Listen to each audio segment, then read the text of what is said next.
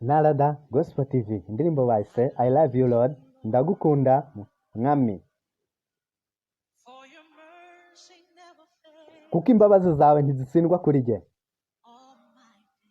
iminsi yose wamfashe mu biganza byawe guhera igihe mbyuka kugeza neguye umutwe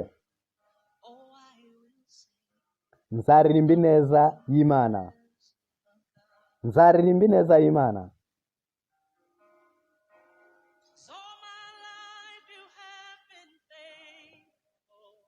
kuko ubuzima bwanjye bwabaye ubwo kwizera rero ubuzima bwanjye bwabaye bwiza ku mwuka wose nshobora guhumeka nzaririmba ineza y'Imana nkunda ijwi ryawe waranyoboye mu rumuri rw'umuriro mu mwijima w'ijoro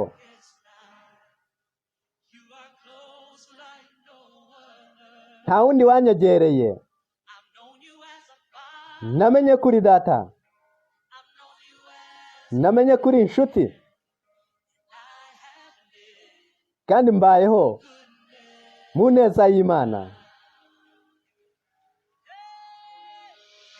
kubera ko ineza yawe izanyomaho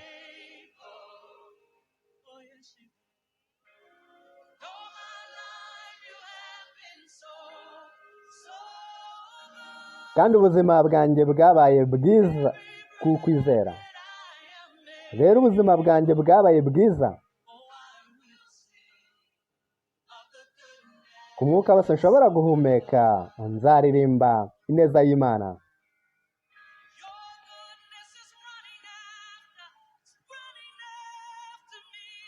kubera ineza yawe izanyomaho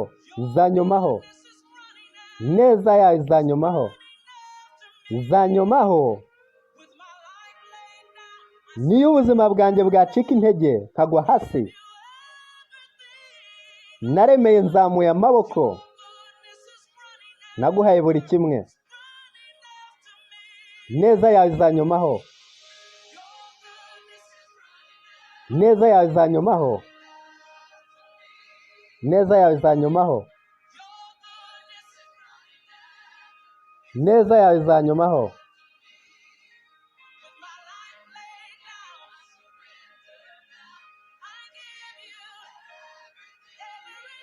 ineza yawe izanyomaho niyo ubuzima bwanjye bwacika intege nkagwa hasi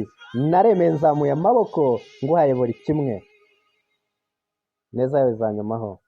murakoze cyane na Narada TV Gospel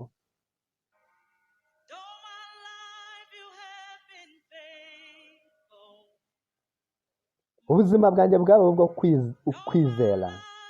ubuzima bwanjye bwabaye bwiza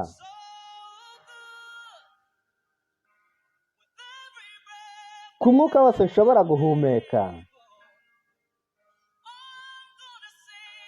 ngiye kuririmba ineza y'Imana ngiye kuririmba ineza y'Imana ngiye kuririmba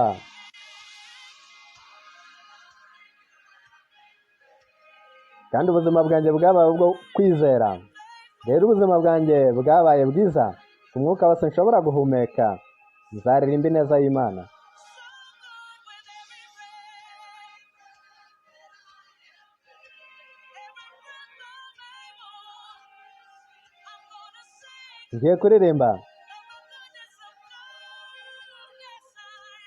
ngiye kuririmba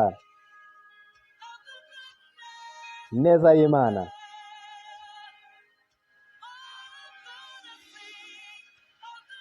ngiye kuririmba ineza y'Imana Narada Gospel TV mwite ntumwa ku butumwa